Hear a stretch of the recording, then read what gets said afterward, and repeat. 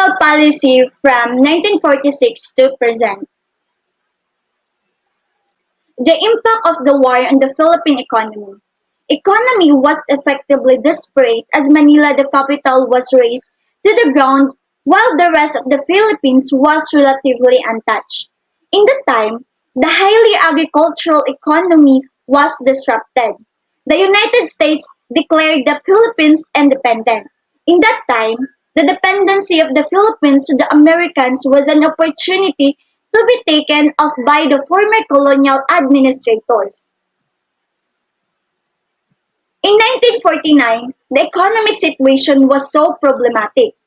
Severe lack of funds in many aspects of governance, such as military and education sectors.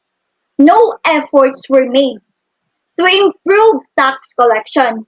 President Manuel Rojas declined the proposal because it did not want to alienate its allies in Congress. So the impetus for economic growth came during the time of President Elpidio Quirino through the implementation of import and exchange controls that lead to import substitution development. The beginnings of macroeconomic imbalances happened during Quirino's time. Tax revenues and other government receipts were not enough to cover the large expenditure on rehabilitation and development.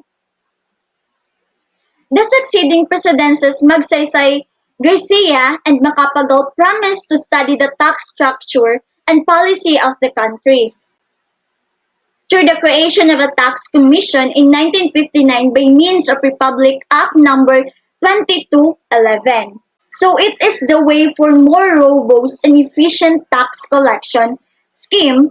Post-war fiscal policy remained regressive, characterized by the overburning of the lowest classes, while landed elite who held business interests were in Congress to ensure that taxes would not be levied to them who belonged to the higher classes of society.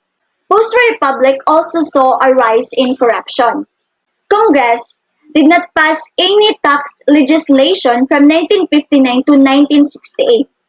Indirect taxation still contributed to three-quarters of tax revenues, and the Omnibus Tax Law of 1969 it did not increase the ratio of income tax to general tax revenue. Collection of tax remained poor.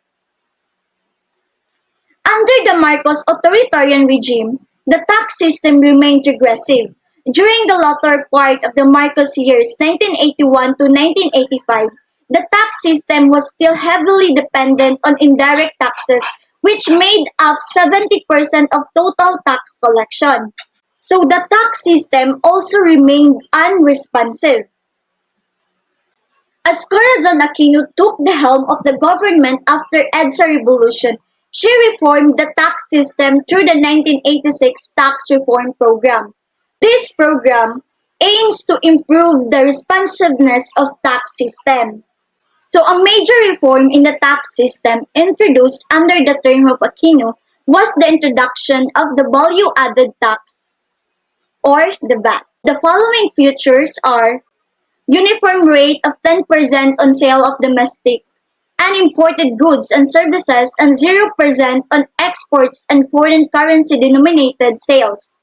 Second, 10% in lieu of varied rates applicable to fixed taxes, 60 normal rates, advanced sales tax, tax on original sale, subsequent sales tax, compensating tax, miller's tax, contractors tax, brokers tax, film lessors and distributors tax, excise tax on solvents and matches, and excise tax on processed videotape. 2% tax on entitles with annual sales or receipts of less than 5,200,000. Fourth, adoption of tax credit method of calculating tax by subtracting tax on inputs from the tax on gross sales. Fifth, exemption of the sales of basic commodities such as agricultural and marine food products in their original state, price-regulated petroleum products and fertilizers.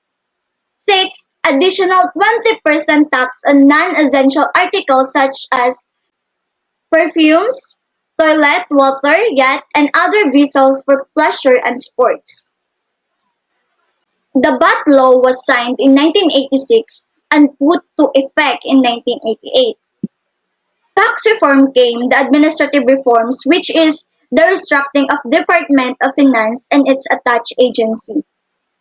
The Bureau of Internal Revenue or the BIR, through the Executive Order 127, the tax collection and tax audit were intensified, and this time the computerization was introduced. The corruption also reduced and it improved the trust in the BIR in general.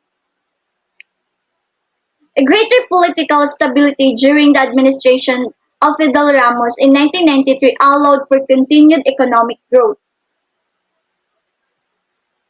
So, in Ramos' administration, he ventured into its own tax reform program in 1997 through the Comprehensive Tax Reform Program, which was implemented to make the tax system broad-based, simple, and with reasonable tax rates. Second, minimize tax avoidance allowed by increasing tax loopholes in the system. Third, encourage payments by increasing tax exemptions levels, lowering the highest tax rates, and simplifying procedure. And last, rationalize the grant of tax incentives, which was estimated to be worth 531.7 billion pesos in 1994. The continuation would be reported by Miss Alisna. That would be all. Thank you.